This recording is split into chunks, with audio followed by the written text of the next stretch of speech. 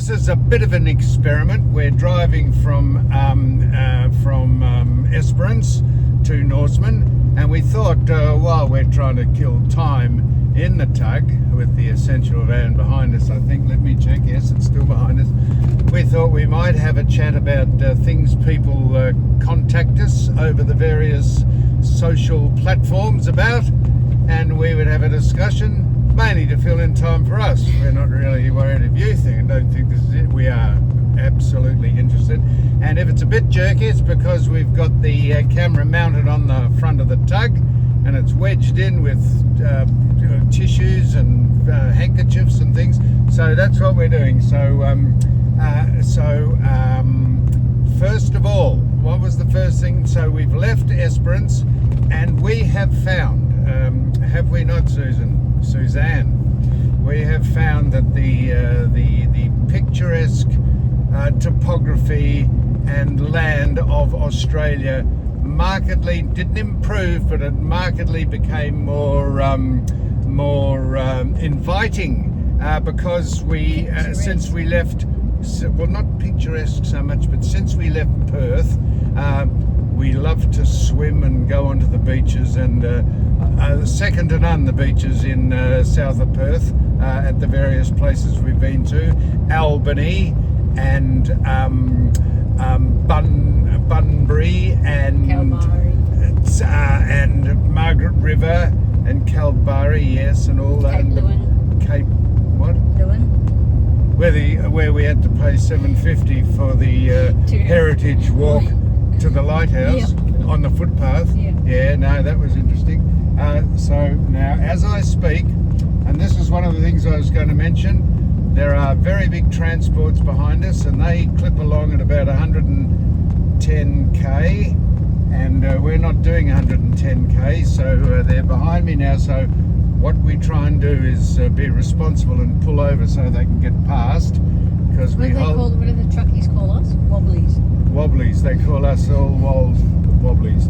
So I'm going to try and find somewhere to pull over, because they don't intimidate you, but if I was driving a truck and got behind a wobbly, I'd be really ticked off, because time is money for them, not for us. We're just tootling along. So I'm just going to increase the rating a bit, and I'll just have to. We don't have to turn off, but we like to. Don't have to button off, but to get too many cars behind us or trucks, we like to just pull over, or when there's a passing lane, slow down, slow the truck and the van down, so they've got plenty of opportunity to get past. Now, what was I saying? Yes, the beaches, and it's been absolutely brilliant. Now, here's the thing, I'll go through the alphabet. People say, could you stop using the word extraordinary or marvellous or beautiful or surreal, or so we might go through the alphabet. A, adorable. B, amazing. You're so beautiful. C, you're the...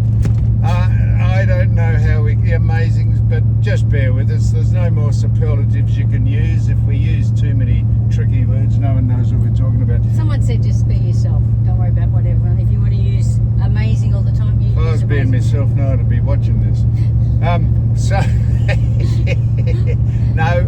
So people love the banter. Not our banter, but we do it a little differently because we want to do it differently. Don't want to turn into a travelogue. Now you just said then, what did you say then? The attractions. So far, because the trip's not over yet. Many people, everyone we see says, what have you liked so far? It is impossible to quantify what you like and put in order of the extraordinary, there's that word, things we see in the great country of Oz. But my number one thing I've seen is, wait for this, it was up near Hayden. It was called the Wave. Really? Really, the Wave that Rock. That one's for you. Well, you put that above the Bungle Bungles. Well, now there you are. So the Bungle Bungles are extraordinary. Their features of honeycomb and beehive environment, beehive geographical features. But to have have a 50-foot wave, absolute, looks like a wave, in the middle of nowhere, 300 feet long and 50 feet high, out of nowhere, to me was amazing. And I thought that's almost the most extraordinary, there's that word, thing that I've seen. I know you liked it, but you don't put that up there. I like the blowholes. The blowholes at Thunder Bay. Thunder Bay, that was amazing. And the beaches that you could drive on after going down the four-wheel track, and suddenly there they were. Oh, Joey Snows. They are amazing. But there is so many What about the interesting... Crystal Rock caves? The stalagmites. The Crystal Caves, the Mammoth Cave, and the lava tubes at that place that you... Andara. The lava tubes, the Crystal, the Mammoth Cave, and the Jewel Cave. If for no other reason you get in a caravan and drive over the other side of the continent, go and see them. Elephant Rock. That was my The favourite. Elephant Rock. What about that? The Elephant Rock. Where was the Elephant Rock? Just the last one we were in. Oh, the Elephant Rock. That's right. The Whistling Rock. The No. What? No, The Elephant Rock. What was that? that was near Greenpool. Oh, where we went for a swim and you Yeah, jumped off the... rock.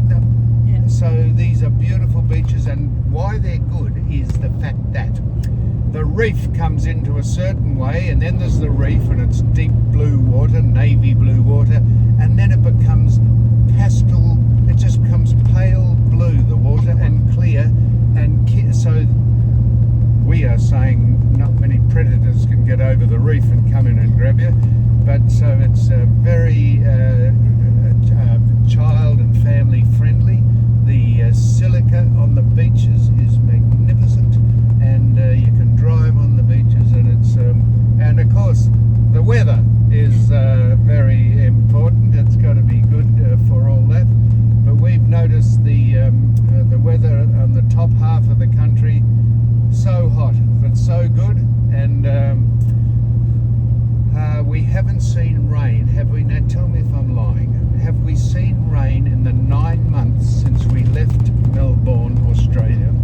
Has it rained? No. Well, I think we had a drizzle. We had a bit of a little drizzle. Between Adelaide and No, it was just south of Kingston, wasn't it? Kingston, south of, from Kingston on the way past Robe and to Adelaide, it rained periodically for a day. Other than that, there's not been one drop of rain, and the amount of flood warnings you get and flood marks and measurements on all the highways all over Australia means at some stage Australia must be underwater at various stages of the year, but we have not seen rain. In fact, I'm not sure if the wipers work on the tug. We're not going to try them now in case the rubbers fly off into the car behind us. So people ask... you know one thing I haven't seen? I haven't seen a lot of litter and graffiti along the tracks. Very good point. So along the highways and just the endless highways, the signs that says Keep them clean. there's a slogan, be clean, be seen. Oh no, be clean, be seen, be clean, or whatever it is. And they have bins all along. They are obsessed with cleanliness and people not throwing stuff out on the road. See very few things out on the side of the road. There's a can there. And also graffiti in all the towns we've been to. All the towns we've been to, we haven't noticed graffiti anywhere. We noticed it in when I think maybe in the really big cities, did we? What's the big city we've been to? Perth. We see it on the freeways somewhere, but none of it out in the outback Australia. It was noticeable. It's something that really stood out. It stood out the fact that it wasn't there. People ask, why doesn't Suzanne cook? Why do I do the cooking? Well, there's a simple reason. Just go down. And just well, hang on, I'm just going into a speed limit here. We're coming to Salmon Gums. Salmon Gums. All right, well, there's a roadhouse here. We won't stop for a coffee. We'll get it down to the speed limit. I'd hate to be lumbered by the wallopers just on camera. So we're just getting down to 60k. Here we go. I'll tell you, so the first day we went out on Angst on the way up to the Whitsundays to the Coral Sea Marina. I think we'd cleared the Port Phillip Heads and we're on the way to Refuge Cove. And I thought it was a bit rough. In fact, it was very rough. And I thought when we pulled in at Refuge Cove and had our first meal that we could hold down, we had 2 meals down and 3 meals up going there, I started to cook. And I cooked something, and then I got a bit waylaid because I was checking that the anchor was holding. And Sue finished off the cooking and said, all I could hear was, "Where are the pans? I was, where are those tongs? If you've got the seasoning, what cupboard?" And I said, "Sue," I sort of said, "Sue, shut up, please. I will come in here." And the reason I do the cooking is, by the time I know exactly where everything is, I know how to prepare it, where to prepare it, where to balance the things when it's a bit rough. Not that it's rough in the caravan because we don't eat while we're driving, because we're actually driving.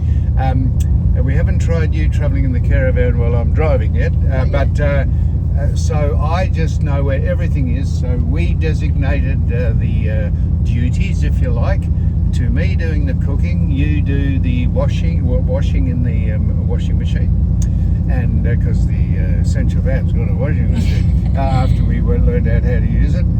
You do a little bit of vacuuming. I do the cooking, and we think it's. And when we set off, we have a routine. We take the power cord out, the hoses out, we close the windows, we turn the gas off, we take the chocks out, we put the thing on the back of we put the tow bar on, we do all the checks, and we do that together. But we think if we've got our own designated duties, then no one really has to say, "Did you do this? Did you do that?" Because you look after your what you've been designated to do, and I do the same. So and if you believe that, then he's just a control freak, so I don't have to do anything. Yeah. So I'll tell you the real reason. Sue cooked the first meal, and I said, "Holy shit!" She said, "Well, put it in the rubbish bin." I said, "You cooked it. You put it in the rubbish bin." At least my gravy used to move about a bit. Yours just sat there, and it was like a gel. So not true. So that was it. So people. What else have people said? We will probably go a bit further in depth with the amazing things we've seen. But mind you, we've not much more you can say about them. All the little intricate sort of things the small little things like that fly net that we all laughed at people, all the tourists with the fly net over their head. Yep. If you're going out in the heat of summer, which is the tropics, make sure you take some Aerogard, Mortine, Aerogard, a fly net. Hang on, just as cars. What's happening? Car miners. No. So what else? What have we learned about the van and the tug? One of the things I could say about the vans, all vans go through this. With some of the stories we've been told, is that all the screws come loose at some point in time. Yep. It's so important just to keep a screwdriver inside. Just every time you see a screw, just test it and just tighten them up all the way around. Because it doesn't matter whether you're going on bumpy roads or dirt roads or just normal roads, just the normal bouncing unscrews. I've heard stories of it in the fridge. Hasn't happened to us yet, but like a pickle jar. The actual pickle jar lid came loose and just spilled out all in the fridge. Yep. So just little things that when you maybe you call them annoying or whatever. When you pull in for the day and open the refrigerator door and about 14 bottles and things drop out of it, that's because you haven't stored them properly. Maybe put some towels in the fridge to just to chock up and make sure things don't roll around. The caravan parks have been, all of them have been, well, some are better than others, but they're all very, very good quality. And you think, oh, well, they would be, wouldn't you? Because news would spread around pretty quickly if the facilities and the amenities weren't up to scratch. But we've been to some fantastic places and everyone's very, very convivial and congenial and pleasant and polite. And we watch people do the walk of shame, emptying out the can with all their crap in it. We, of course, don't have that because the Essential Highlander has the... Gee, we've got to go jump out of our model, shower in it. Yeah, I'll do all that stuff. What is the name of the fucking toilet called? Placenta. Yeah, you do the proper names, I'll do all the cute stuff. So the Clasana, which has waterless, and it's just put the bags in and hermetically seal them. That. But with the caravan parks, it's important to do your research, and it's important to even have Starlink. I reckon it doesn't have to be a big one to the van. Those mini ones are really good now. So where you go out and you can research them, because sometimes you really want to go to a pampering one, and others you just want the raw and rustic sort of view and things like that. That's right. So important to do your homework beforehand. And we've quickly learned as we went further north, and the heat never came under 40 every day, 40 degrees.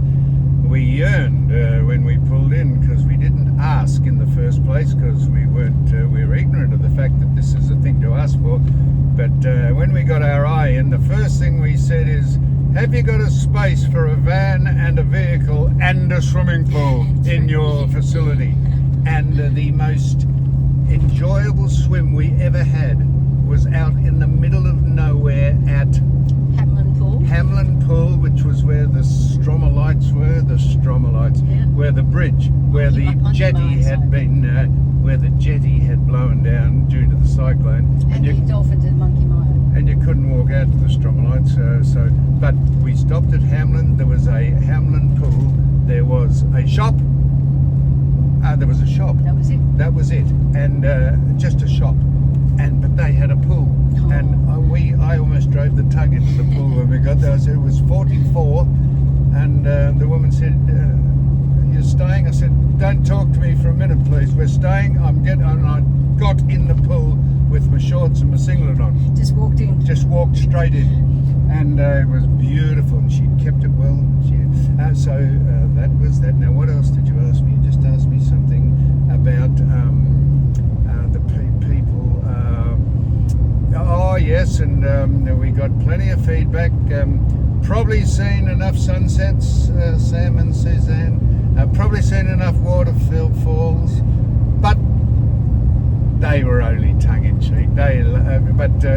It's a bit hard to find something different to put on every day. But it's just living life out on the road when you've never done it before, and not knowing what's going on the other side of the world. Although we give the news a fair belting when we turn in at night. Oh, when you do, you write down the things that have gone on overnight, and you bring it out to me in the tug in the morning with a cup of coffee, and you knock on the window like that, and I'll say thank you.